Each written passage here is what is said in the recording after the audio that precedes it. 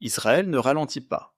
Quelques jours après les explosions de radios portatives et les affrontements avec des militants du Hezbollah, qui ont causé la mort de 37 personnes et blessé environ 3000 autres, les avions de combat israéliens ont lancé les frappes aériennes les plus intenses dans le sud du Liban depuis le début du conflit à Gaza.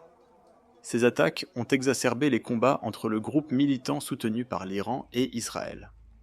Cet événement a immédiatement suscité des inquiétudes quant à une escalade incontrôlable du conflit, malgré les appels à la retenue. La Maison-Blanche a rapidement déclaré qu'une solution diplomatique était à la fois possible et urgente. Le Royaume-Uni a également lancé un appel pour un cessez-le-feu immédiat. Les États-Unis craignent et sont préoccupés par une possible escalade du conflit, a déclaré la porte-parole de la Maison-Blanche, Karine Jean-Pierre, lors d'une conférence de presse. Lors de l'opération de jeudi soir, Israël a largué des dizaines de bombes dans tout le sud du Liban, selon 3 sources de sécurité libanaises.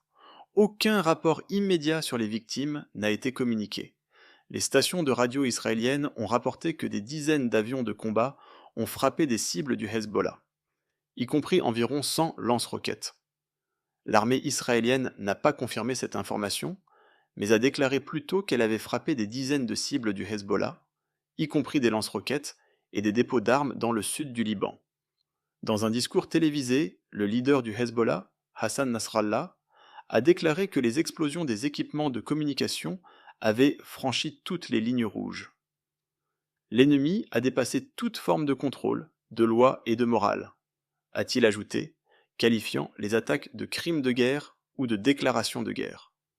Israël n'a pas commenté directement les explosions des bips et radios portatives, que des sources de sécurité attribuent peut-être à l'agence de renseignement israélienne, le Mossad, réputée pour mener des opérations sophistiquées sur le sol étranger.